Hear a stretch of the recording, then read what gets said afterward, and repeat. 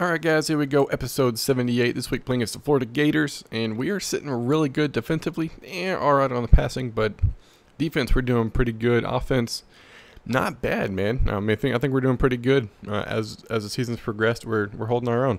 Their top players, a center, a wide receiver, defensive tackle, and we got Marshall, Stewart, and Hayes. He's the second string quarterback. What was it, Manning? He finally fell off there. He doesn't get to play anyways. And they have a right outside linebacker is done for the season, so that hopefully is a good thing for us. We could take advantage of that. But into the game, here we go. They got the ball first because I won the toss. This is my first series, 1st and 10, about 4 minutes left. Drop back to pass wide open. Didn't see him until right before I got sacked. I was looking at my progressions. He was the last one, and he needs to be sooner than that because he was wide open right there for at least a completion. But so we take the sack, settle for the field goal, and just squeak it in there, and we get on the board first, 3-0. They got the ball now the very next series, and they were a pass-heavy team for sure. So I was in quarters a lot this game. Those it across the middle, knocked away by Nelson. It ends up going 4th and 8. They have to settle for a field goal also. So both of our series ended up being pretty lackluster. We both stalled out pretty good. Defense stepped it up this game. Very good defensive battle for the most part across the board, and we end up taking it. So we can kick off Schroeder. They actually call him Schrader. I don't know why there's no A in his name. He gets the kick, and look at those moves. Going.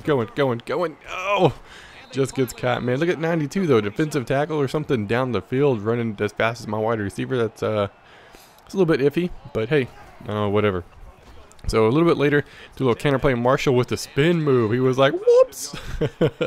Made him look silly there, and we get a pretty good gain. So 2nd and 3, go a little read option here. Trying to get in the end zone, and quarterback keeper, and cuts it right in between everybody. Reed for the touchdown. First touchdown of the game. We get on the board. And I think both Reed and Marshall broke the 1,000-yard mark on the season. I know Marshall did. Yeah, that's huge for sure. We get the ball back in the second quarter now. Didn't like what I saw, so audible out of it. Get Marshall on the little buck sweep. Get the blocks downfield. 35, that dude was fast, man. Absolutely quick on his feet and ran me down. Marshall just, for some reason, just doesn't have the speed I think he does. So do a little like read option again. After a couple more plays, Marshall gets a touchdown. Let's kind of extend our lead, go up 17-3. And we get the ball back again right before the end of the half, man. Just doing work. 2nd and 6. I throw it to BX across the middle, so wide open, possibly for the touchdown. But we get the first down regardless. Stop the clock, steps out of bounds. So 2nd and 2 now. Do a little read option again. And actually, I misread that, I think. I don't know. I meant to hand it off, but I didn't. But it doesn't matter. Reed gets in the end zone for a touchdown. We're up 24-3 at the half. Huge game so far offensively. Defense holding up in the red zone. I mean, look at that. We've got 47 passing yards, 190 rushing yards. We've had the ball for 11 minutes. They've only had the ball for less than 3 minutes in the first half. It's clock management for sure. Our first series stalled out. We ended up having to punt. So get the ball back, 3rd and 12. Drop back to pass and try to get some pressure on him. Hit him as he throws. Incomplete pass, 4th and 12. They have to settle for a field goal. I mean, they've thrown the ball a lot, but they get close, just not quite. They get about the red zone, and they can't quite make it in again. For the 2nd time in the game, kicks up, and it is money in the bank right there. So they get on the board. 2nd and 10, do a little screen pass right here. Trying to make something happen. And like I've been running a lot, so I figured screen would work pretty good. Marshall gets a pretty good gain. Nice little first down. I'll take it, 12 yards. I'll for sure take that on the screen. Very next play, do a little read option, because it's what works. It's what works in this game. And quarterback keeper, it jukes the safety out of his shoes, spin moves past 2 guys, 1 dude spins me, and the defensive lineman rips the ball from my quarterback's arms. The dude runs into his own guys, or he was going the distance right there. Got very fortunate, but made some good moves. Ended up turning the ball over. But we get down in the red zone, and we're holding them 3rd and 12, a little screen pass. And look at me, I'm sitting there waiting for it. Just overshoot it, but we end up holding them 4th and 15. They have to settle for another field goal. So defense being huge down in with their backs against the wall for sure. I mean, that's multiple games in a row where they've been huge for me in the red zone, in the defensive red zone. So we can kick off again. Schroeder, whatever his name is. Trying to get a kick return from him. That dude gets laid out going downfield, and that guy misses. He just hits my shoe. Golly, it's getting caught by everybody. 35 is going to catch me anyways. Like I said, that guy was fast. So 2nd and 7. Do a little buck sweep again. This time gets the block. And look at that, 35 outrunning my running back. Stiff arm him, but not quite enough to break it. But still a 30-yard rush. He's doing pretty good. Marshall had like 150 yards rushing at that point. Doing pretty good. 3rd and goal. Quarterback sneak. Didn't like what I saw, so audible out of it. and I probably should have cut it in, and I busted it out, and Adkins gets tackled for a loss. So 4th and goal, not looking good. We're going for it. I've been seeing the Italian play, and he's like, if they want the ball here, they can have it. Just trying to put it away. Should have hit RB, and I didn't see him until it was too late. He was open, take the sack, turnover on downs. So their last-ditch effort here, 4th and 13, minute left in the 4th quarter. Trying to keep him from scoring again. Drop back the pass. Gets hit as he throws. Just lobs it deep in towards the end zone. And the triple coverage. Knocked down. We end up getting the ball back. And I'm just messing around now. It's the computer. Why not? Calling a little triple option right here. And hike it. And it's a completely busted play.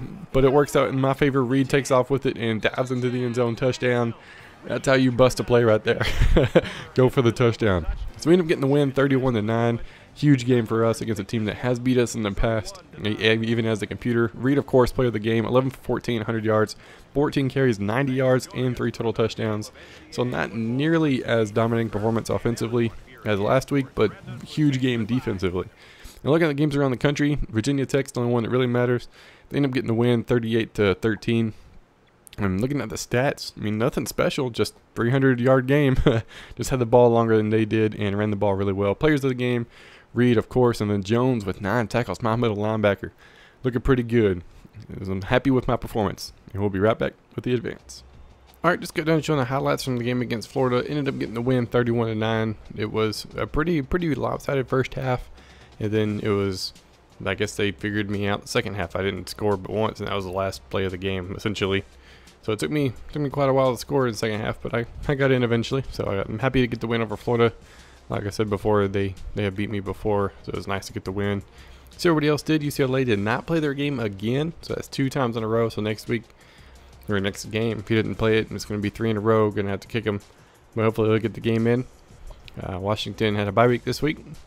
Marshall ends up getting the win 41-13. Kansas ends up losing to TCU 42-7, and that is outside the range I would like it, but he sent me a message, explained everything, so it's all good. That's what I like. I mean, if something like that happens, then I'd rather it not be like that, but sometimes it's just not possible. So at least he explained it, and very nice of him to do that, and save Packers Rodgers a little bit. But it's nice to see a little bit of sportsmanship involved, even though the score might not reflect it, but that there was from what I was told. So we ended up losing. Colorado State ended up not playing their game this week, new guy, so that's 1. Florida State ended up winning 62-13. TCU won 42-7, and Ole Miss gets the win 45-9. And then, yeah, we're gonna advance it. I got a guy trying to join. I told him that we were advancing it tonight, so we might just wait till next week to join. He was one of the Twitter followers, or found me on Twitter. I don't know if he follows me or not. Doesn't really matter to me if he does or not. I post the stuff, and if he sees it, he sees it. But he got in contact with me a long time ago, and it's already caught back up to him. That's how many people I've gone through, man. It's been like 15 people, but nobody's replied. Just one of those time frames, but finals and all that, I understand. So we're gonna advance it real quick, see what's going on with everybody else in top 25. So be right back. All right, just got done with the advance this week. Play against Kentucky. They are 2-7. Hopefully we can continue to win. Got a 6-game win streak. We are number 7 now.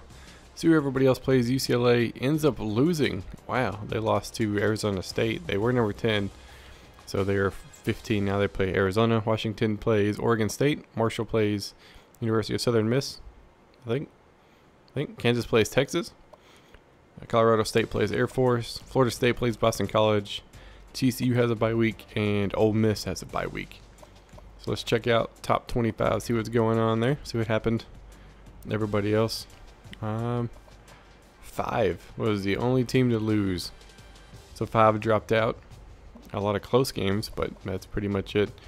TCU's in the top 10 now. Yeah, Georgia Tech got it handed to them by Miami. Golly, 42-6. Computer against computer. Yeah, UCLA ends up taking a loss. Anybody else? No. Close? No. But look at those Huskies. They're up there. And I saw this during the week. The Texas State Bobcats are number 23 in the nation. Texas State is number 23. That's just weird. BCS still Florida State and Ole Miss at the 1 and 2 slot. Notre Dame and Nebraska creeping up. Big Ten, ACC, Big Ten, ACC, SEC. It's just a crazy year, man. And then we got 3 user teams vying for that top spot, or four user teams. Check out the conference standings real quick just to see where everybody else is sitting. I'm at the top of my conference, pretty much locked in. I have Kentucky and Tennessee. I think those are the only 2 games I have left. So as long as I can pull out the win there, pull out one of those wins, that should be good in my division. In the West, Ole Miss pretty much has it on lock. They beat Arkansas this week. They've already beat LSU.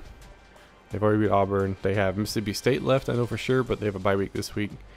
Sun Belt, nobody over there. ACC, Florida State has it under control on his side at the very least. Nobody on his side even over, well, one team's over 500.